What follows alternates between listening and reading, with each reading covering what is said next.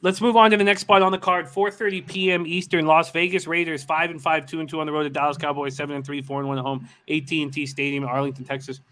It was funny how the public was just destroying the Bengals. And it was one of the few times where it didn't make me nervous. Uh, on Tuesday, 30% of the tickets were on the Raiders and 51% of the cash was on the Raiders last week. And I knew it, and I explained it to my mom. I was like, look, these syndicates or the bigger bets, they're just using their models. And if you're looking at purely the numbers, then the Raiders have a ton of value here. The problem is what's happening with that franchise has nothing to do with numbers. And it was just a very comfortable situation to be in. And now, now when they start coming in as a huge dog, it's a different situation. This total opened up at 50.5, juice to the over. There has been a 3-cent move to that over at 50.5, but I don't see any 51s anywhere. Vegas opened up at plus 7.5, and that was heavily juiced. It's no longer heavily juiced, and Bodog has moved it to 8. When we go over to the cash flow here, you have 65% of the tickets on Dallas and 68% of the cash on Dallas. Then you have 49% of tickets on the over and 53% of the cash on the over. Raiders 2-2 on the road, going to this Cowboys team that's 4-1 at home, AT&T Stadium in Arlington, Texas. Raiders coming off their third straight loss, ugly 32-13 setback at home to the Bengals. They've been outscored 96-43 since their bye week. They've lost 5 of 7. They did open up 3-0. That was a long time ago. Jesus, the world has changed a lot for this franchise since then. They look bad. This offense looked bad. 278 yards of offense. Derek Carr, 19-27 for 215 yards, 1 touchdown, 1 interception. He also lost a fumble. Darren Waller caught 7 passes for 116 yards. Josh Jacobs ran 9 times for 37 yards, caught 5 passes for 24 yards. Did not look good. They didn't convert on their first 6 third downs. That was 14 straight third downs they didn't convert over 2 games from 2 weeks ago in Kansas City to this past week. Denzel Perryman had 12 tackles, 2 for a loss, 2 passes defended. Pass rush had 3 sacks and 5 quarterback hits. Cornerback Kayshawn Nixon, running back Jalen Richard, and linebacker Nick Kwiatkowski were inactive last week and are questionable here. Cowboys coming off an ugly 19-9 loss at Kansas City. They put up 276 yards, were 5 of 15 on third down. Excuse me, that's a mistake by me. Dak Prescott was 28-43 for 216 yards, no touchdowns, 2 interceptions. He fumbled twice, losing 1 of them. With Amari Cooper out with COVID, CeeDee Lamb suffering a concussion before halftime, Dalton Schultz led receivers with 6 catches for 53 yards. Michael Gallup was next with 5 catches for 44 yards. Cooper will miss the Thanksgiving game. CeeDee Lamb's in concussion protocol. I don't know if anybody's made it to a Thursday game when they go into concussion protocol on Sunday. Maybe I'm wrong, but I don't know of anyone who's made it in. You take Cooper and CeeDee Lamb out of this offense, and it's a very ordinary average offense. Tony Pollard had 7 carries for 50 yards. Zeke, 9 carries for 32 yards. He looked hurt. He tweaked some ankle injury, and he just did not look good. He was a limited participant in practice. He's listed as questionable. Micah Parsons is a beast. What a great draft. 4 tackles, 2 sacks, 3 quarterback hits, forced a fumble, can play him all over the field. Jaron Kearse had an interception. Tyron Smith missed a 3rd straight game with an ankle injury. DeMarcus Lawrence's foot didn't practice Tuesday, but that 21-day window for him to return is open. I doubt he's here. Randy Gregory's still on IR. Safety Donovan Wilson dealing with a shoulder injury, questionable. Both cornerback Nashawn Wright, hamstring, and Calvin Joseph, personal, are expected back. Are they going to make any kind of difference? We start with CMAC on this one. Let's go. Raiders, Cowboys, Thanksgiving Thursday. Those injuries to the wide receivers just make me a little bit hesitant. I want to be on the Cowboys. And this is for me, all year I've been hesitant to do it. Then they play their worst game in Kansas City. But I think Kansas City is getting their defense. They've been looking better. And it was the ultimate flat spot. Cowboys always there, that big game. Thanksgiving, they're at home in that one. But Cooper, I don't love that. Right now, I want to take the Cowboys first half. But one thing is they've started to play unders in there, and I think it's 4 straight. The Raiders-Bengals game, I was on the over. I talked about it last week. Jamie, I was on the Bengals as well. Field goals were really hurt there. There was just, they just couldn't finish. And the Raiders, the one drive they scored a touchdown, it was just like 3 plays like that. But they have no downfield threat. Ruggs, they have nothing. They got brought in an old Jackson. He didn't even see anything last week. They double Waller, and that leaves little dink and dunks to Renfro. They can't stretch the field. at all. The Raiders, it's just killing them. The running backs haven't been able to do anything. They've been able to run the ball just okay. I'd probably give it like a C. It's not very good. This is a difficult one. And Cowboys are banged up. They've been banged up on defense.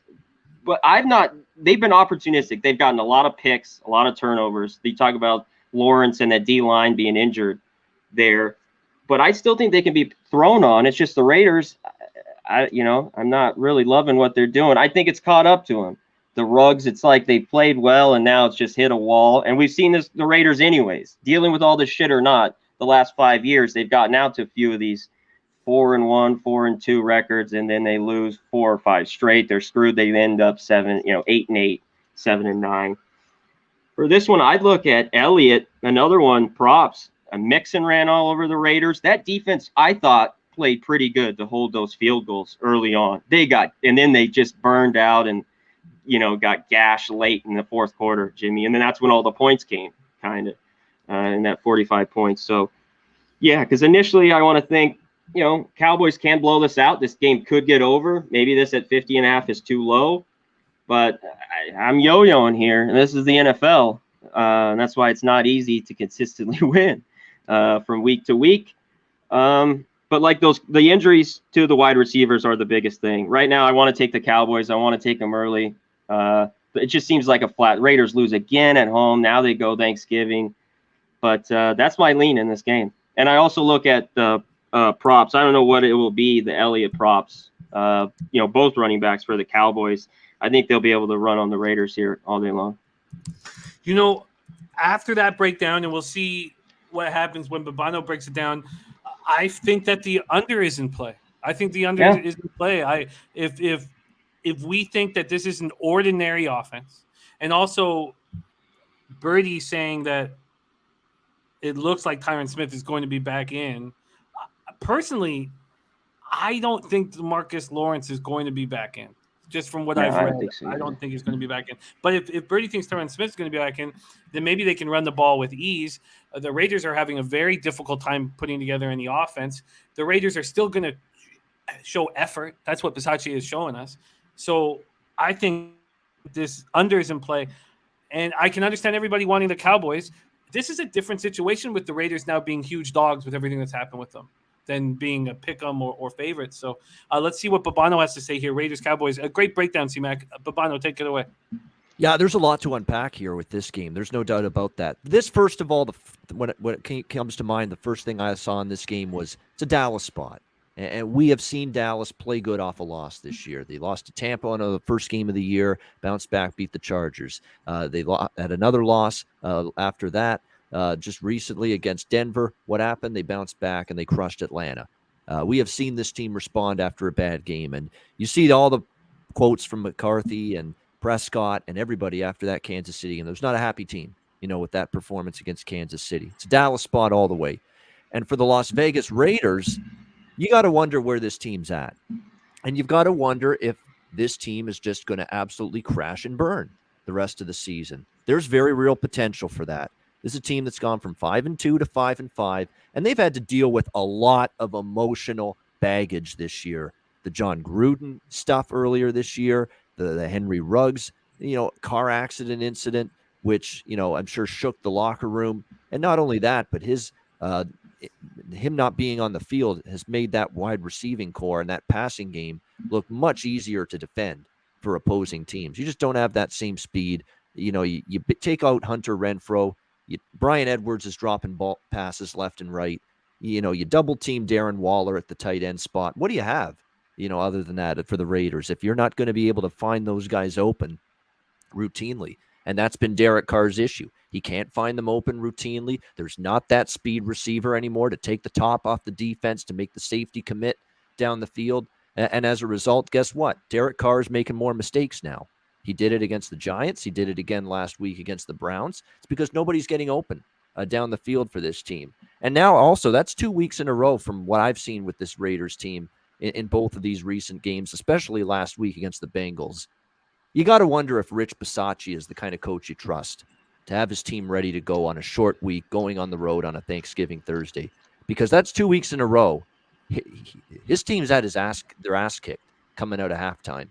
it doesn't look like a coaching staff that's made quality adjustments coming out of halftime. They've looked bad, both sides of the football now, 2 games in a row in the second half of these games. And, you got to point some of the finger toward Rich Bisaccia right now. Is this guy a high caliber, high quality NFL football head coach? I'm not so sure. It's nice to be on the coaching staff, but now you're the head guy.